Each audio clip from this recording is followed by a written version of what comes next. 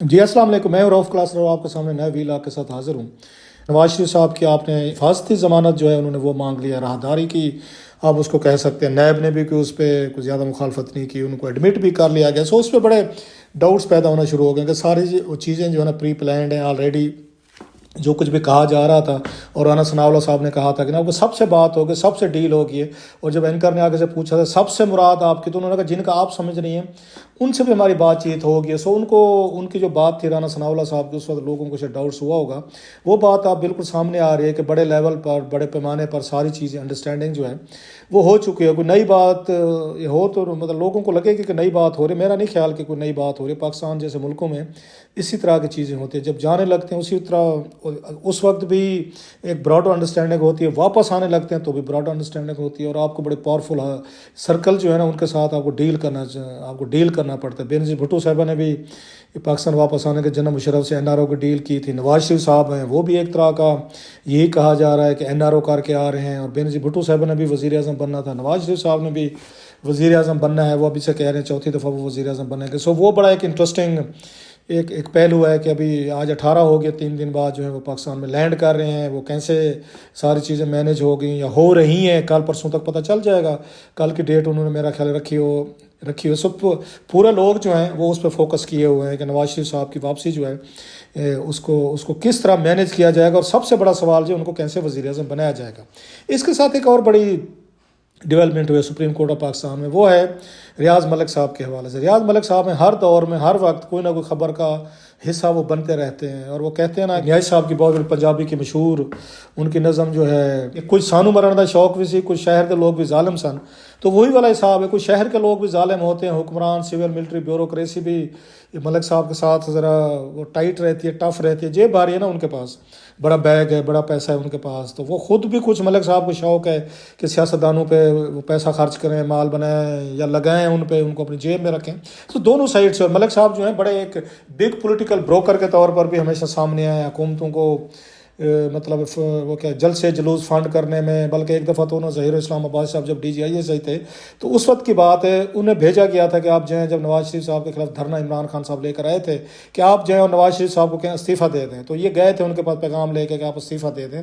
सो इस तरह के काम भी मलिक साहब रिस्की काम करते रहते हैं। तो लिहाजा जिसको जब मौका मिलता है तो वो याद रखता है कि मलिक साहब फ़लाँ वक्त में फ़लाँ उसके बंदे के साथ खड़े होते। कभी इन पर वो शरीफ जो थे नाराज़ होते थे कि यासिर अली ज़रदारी साहब के बड़े करीब हैं, और इन्होंने ज़रदारी साहब को बिलावल हाउस जो है ना वहाँ पे इन्होंने बैरिया टाउन उसमें लाहौर में बहुत बड़ा महल खड़ा करके दिया, जिसका 8-10 अरब रुपए की मालियत बताई गई थी। तो मैंने एक दफ़ा उनसे पूछ लिया मलिक साहब से कि जनाब आपको पैसे दिए थे ज़रदारी साहब ने, इतना बड़ा महल आपने बना के दिया है? तो ख़ुद उन्होंने मुझे जवाब दिया कि आपको उनका तो जा नज़र आ जाता है ये महल जो है ज़रदारी साहब का, तो शरीफों के आपको ये रेमंड नज़र नहीं आता कि उनकी कितनी बड़ी जायदाद और कितने बड़े उस पर है। खैर मैं आपसे पूछ रहा हूँ, पैसे दिए ज़रदारी साहब ने? उन्होंने बताया, आपको चेक बताया पता नहीं 40 करोड़ के 20-30 16 करोड़ समथिंग लाइक उन्होंने मुझे बताया था। हाँ जी ज़रदारी साहब ने दी, मान लेते हैं जी, अगर कह रहे हैं मलिक साहब तो देती है उनको ज़रदारी साहब ने। खैर अब जो नया मसला उनके लिए खड़ा हुआ है वो बड़ा सीरियस भी है और डेंजरस भी है। पहली दफ़ा मेरा ख्याल है मलिक साहब जो हैं वो हीट फील कर रहे हैं कि आप वो कोई बहुत बड़ी वो पावर गेम में फंस गए हैं। और इस वक्त उनकी तबीयत भी कुछ ज़्यादा अच्छी नहीं है, जवानी तो कब की चली गई, अब वो डिक्लाइनिंग साइड पे है, मतलब उनकी सेहत भी ठीक नहीं है और इस वक्त उनको इन प्रॉब्लम को फेस करना पड़ रहा है। और अब की दफ़ा लगता है कि मामला जो है ना वो ज़्यादा उनके लिए ख़तरनाक है। कुछ दोस्तों से उन्होंने मशवरे भी किए हैं कि मुझे क्या करना चाहिए, क्योंकि दबाव 2-3 उन पे अतराफ़ पे आ रहे हैं।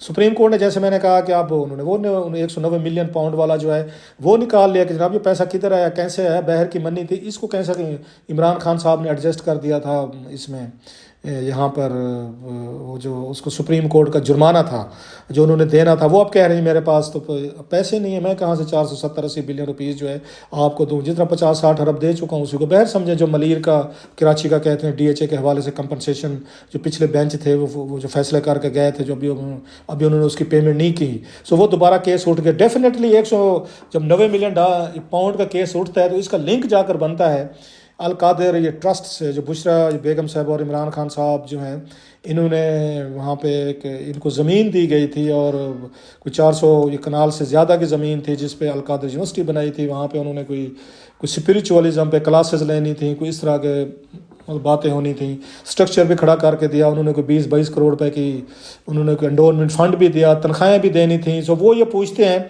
जो बाद में उन पे केसेस भी बने, उन पे बुशरा साहब और इमरान खान साहब भी पूछताछ हो रही है कि आपको आखिर किस उसमें मद में मलिक साहब ने इतनी बड़ा आपको फेवर किया कि 400 कनाल से ज़्यादा ज़मीन भी खरीद दी उन्होंने, और फिर उन्होंने उस पर यूनिवर्सिटी भी बना दी, फिर उसकी उन्होंने तनख्वाहें भी देनी थी, फिर फंड भी करना था, एंडोनमेंट फंड। तो ये क्या चक्कर, उन्होंने कहा नहीं जनाब मलिक साहब ने कहा जी मैं वैसे अल्लाह की राह में खर्च कर देता हूँ। जैसे उन्होंने कभी कहा था MQM के वो लीडर वो अल्ताफ़ हुसैन साहब के लिए कि वो उन्होंने बनानी थी वहाँ पर हैदराबाद में यूनिवर्सिटी बनानी थी, जब उनका अल्ताफ़ हुसैन साहब का दौर था। अभी इसी तरह की यूनिवर्सिटी वो बना कर दे रहे होंगे, लेकिन वो लोग कहते हैं कि फ्री लंचेस तो नहीं होते।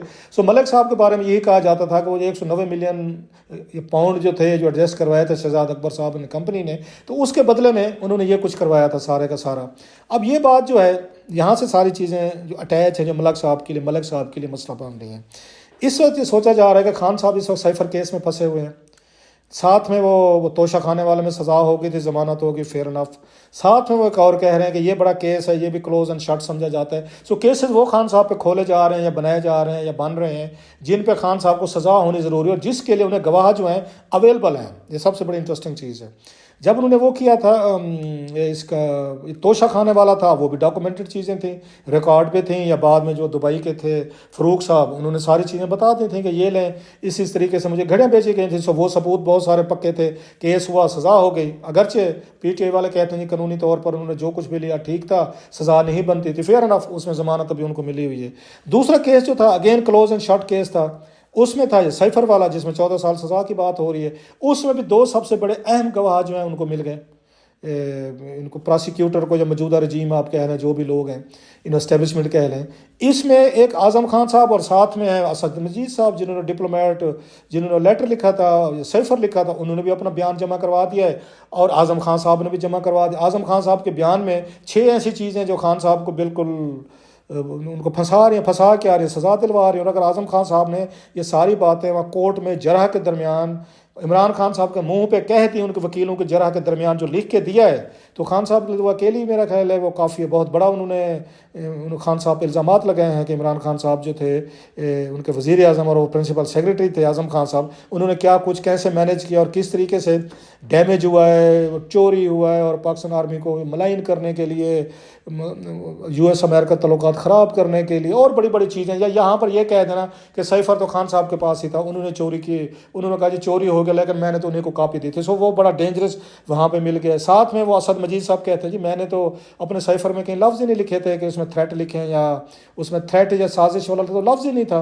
खान साहब खुद ही कहते रहे कि साजिश हुई और थ्रेट, अमेरिका ने हमें थ्रेट दी, उन्होंने मैंने तो दिया नहीं था। उन्होंने उसमें उल्टा लिखा कि खान साहब के ये पब्लिक करने से हमारी इसको डिप्लोमेटिक वर्ल्ड को, साइफर हमारे सिस्टम को, कम्युनिकेशन को कितना बड़ा नुकसान हुआ, अमेरिका के साथ हमारे नुकसान हुए वो तो अपनी जगह पे, लेकिन हमारा जो कोडिंग डिकोडिंग का सिस्टम वो उन्होंने तबाह करके रख दिया। सो वो एक अलहदा इंडाइटमेंट, सो वो केस भी पक्का है, खान साहब के बचने के चांसेस कम है। अगला जो पोटेंशियल केस वो देख रहे थे वो अल कादर ये ट्रस्ट है, जिसमें बुशरा साहब जो हैं बरह रास्त फंस रही हैं, और जिसमें खान साहब भी फंस रहे हैं कि ये उसके ट्रस्ट के वो हैं मालिक हैं, और उसी ट्रस्ट को उन्होंने ज़मीन ट्रस्ट, इसमें जुल्फ़ी बुखारी भी साहब पहले मौजूद थे, और एक दो और भी उसमें वकला साहबान जो थे वो थे, लेकिन बाद में उनको हटाकर बुशरा साहब ने उनको साइड पर किया, ये जुल्फ़ी को भी साइड पर किया, वकील साहब को भी साइड पर किया, और ख़ुद और साथ में एक आदमी अपना कोई ट्रस्टेड जो है मेरा ख्याल फ़राग गोगी साहब हैं उनको भी डाल दिया। सो वो केस जो है उसके वादा माफ गवाह जो है कौन बन सकता है, गैस करें। मलिक रियाज, ठीक गैस है आपका सर। मलिक रियाज को कहा जा रहा है कि हजूर आप अगर पाकिस्तान में आपने वापस आना, वो वापस आना चाहते हैं, वो कहते हैं मेरी तबीयत ठीक नहीं है तो let me come back to Pakistan में यहाँ पे मैंने रहना है, बहर है बड़े अरसे से। तो अगले कह रहे हैं वापस आने तो फिर आपको 2 काम करने होंगे। एक तो ये है कि शोहदा का वो शोहदा वैली थी, आपको याद होगा मशहूर ज़मानत जनरल कियानी साहब के दौर में जो उनके भाइयों का केस भी उनके साथ था, उस वक्त जो उनको प्लाट मिलने थे, उनको चीज़ें मिलनी थी, कंपनसेशन थी, वो नहीं मिली थी। अब उनको कहा जा रहा है कैलकुलेशन टोटल जो की गई है 479 बिलियन रुपीज़ की गई है शोहदा की, जो मुझे पता चला है कहीं से, मतलब जो कैलकुलेशन है मुख्तलिफ over the period of time के कितने साल हो गए आपने वो देने थे, कंपनसेशन देनी थी, सब कुछ होना था, टाइम गुजर गया है। सो मिल मिला के वो कहते हैं जनाब आपके 479 बिलियन रुपीज़ आप पे करें जो शोहदा वैली में आपने प्लाट से चीज़ें थी और अपनी आपने जो कमिटमेंट थी वो पूरी नहीं की थी। 460 अरब रुपया आपने उधर देना, सुप्रीम कोर्ट कह रही है कराची का DHA के ऊपर से एक नया बिल बन गया 479 बिलियन रुपीज़ का। सो टोटल आप कह लें तकरीबन कोई 1000 बिलियन के करीब का बिल बन गया है। मलिक साहब दें, मलिक साहब कहते हैं मेरे पास तो नहीं है। तो उनको ये कहा जा रहा है कि जनाब फिर एक काम करें, दो काम है। एक तो यह है कि 15 आपने पाकिस्तान वापस आने ना, पहले 15 बिलियन रुपीज़ का चेक काट के दें शोधा DHA वैली का, जो आपके साथ डील थी और आपने डील पूरी नहीं की और शोधा के प्लाट्स वगैरह जो थे बेच बचा के साइड पे होगा। सो पहले 15 अरब रुपया दें, बाकी चीज़ें बाद में आप आएंगे तो सेटल कर दें, नंबर 1। दूसरा जो उनको कहा गया जो सीरियस है, जिसके लिए उनके पास बंदे भी भेजे गए दुबई में, बड़े अहम लोग थे जो गए हैं उनसे मिलने के लिए, उनको समझाने के लिए, वो ये था कि आप जो है इमरान खान साहब और बुशरा बीबी के खिलाफ इसी तरीके से एफिडेविट दें, वादा माफ गवाह बने, जैसे आज़म खान बने हैं, जैसे असद मजीद बने हैं, और कुछ 24-25 और लोग हैं जिन्होंने वहाँ पे साइफर में उनके खिलाफ जाकर वो देनी है, गवाही देनी है, या स्टेटमेंट आ गए। सो मलिक साहब इज़ अंडर प्रेशर कि आप जो है इमरान खान के खिलाफ वो बने, वादा माफ गवाह बने। उन्होंने कुछ लोगों से मशवरा किया तो उनको लोगों ने यही कहा कि जनाब इस उम्र में अब क्या, अब आप जाएंगे गवाहियाँ देंगे, पॉलिटिक्स का हिस्सा बनेंगे, कल को खान साहब आएंगे फिर आपको तुन कर रख देंगे, रगड़ के दे दें। वो तो वो कहते हैं जनाब जो मौजूद हैं इनका मैं क्या करूं। सो मलिक साहब इस वक्त बहुत शदीद प्रेशर में है कि खान साहब के खिलाफ गवाही ना दें, तो इसका ये रिजल्ट है 15 बिलियन रुपीज़ भी देना है, 479 बिलियन रुपीज़ का भी बना हुआ है, और पेशावर जो उनका बहरिया है वो भी ख़तरे में है, वो कराची का कह रहे हैं वहाँ भी खतरा आता है। सो न्यू फ्यूचर जो उनके प्रोजेक्ट्स हैं उनके लिए भी कोई गुंजाइश नहीं निकल रही, बल्कि उल्टा जो पैसे हैं, जो अभी जो सुप्रीम कोर्ट का केस भी आप देख रहे हैं कि जनाब 190 मिलियन पाउंड इनको कैसे मिल गया, वो कैसे एडजस्ट हुआ, वो भी है, और प्लस जो बाकी पैसे हैं वो भी निकालें। सो 1000 बिलियन का रुपीज़ का वो बन गया, बिल बन गया उनके लिए, वो दें। साथ में वो कह रहे हैं जनाब आप इस पर गवाही दें, और अलकादर ट्रस्ट में जो आपने ज़मीनें खरीद के दे दी। अब तक तो मलिक साहब डटे हुए हैं जी मैं इमरान खान के खिलाफ वादा माफ गवाह नहीं बनता। सो जो पोलिटिकली तौर पर एम्बिशियस लोग होते हैं ना, बिजनेसमैन, किंग मेकर बन जाना, फिर ये समझ लेना कि हम ही सब कुछ चलाते हैं, हम ही भगवान हैं, तो फिर तो ये कुछ होता है। अगर मलिक साहब अपने आप को आप पॉलिटिकल रखते, फिर आप पॉलिटिकल रखते तो वो कहते मैं इतने बड़े प्रोजेक्ट नहीं शुरू कर सकता था। वो टायर वो लगाते, पहिए जो लगाते हैं फाइलों को, आसिफ अली जरदारी साहब को भी टायर लगाया उन्होंने, फिर उसके बाद नवाज शरीफ साहब को भी टायर लगते रहे, क्योंकि एमन फील्ड वाले फ्लाइट जो थे वो भी स्टोरी आई थी कन्फर्म कि उस वक्त नवाज शरीफ साहब ने अंगूठा रख के ज़बरदस्ती अपने फ्लैट्स बेटे के मलिक रियाज को उन्होंने फोर्स किया था कि आप ये फ्लैट खरीद लें, और उन्होंने खरीदे क्योंकि बिज़नेस करना था पाकिस्तान में। सो उनको टायर वहाँ पे लग गए।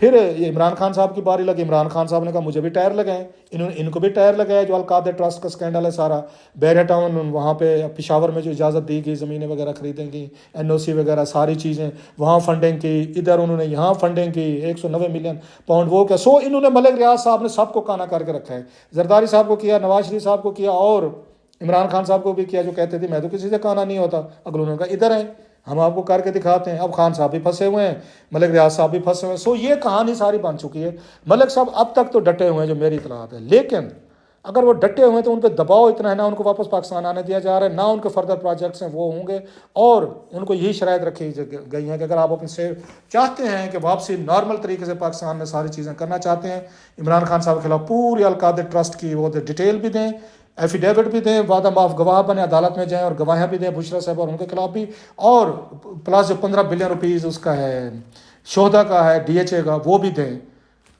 देखते हैं सर मलिक साहब कब तक रजिस्ट करते हैं। बिजनेसमैन ज़्यादा देर तक रजिस्ट करते तो नहीं होते। लेट्स सी कि वो खान साहब के उसमें खड़े रहते हैं या फिर जो दबाव उन पे आ रहे हैं उनके आगे झुक जाते हैं। वही वाली बात, बिजनेसमैन कभी खड़ा नहीं होता, उसके मफादात होते हैं, जिस साइड पर नज़र आते हैं उसी साइड पर जाते हैं। देखना चाहिए कि मलिक साहब इस दफ़ा किस मफाद का फैसला करते हैं।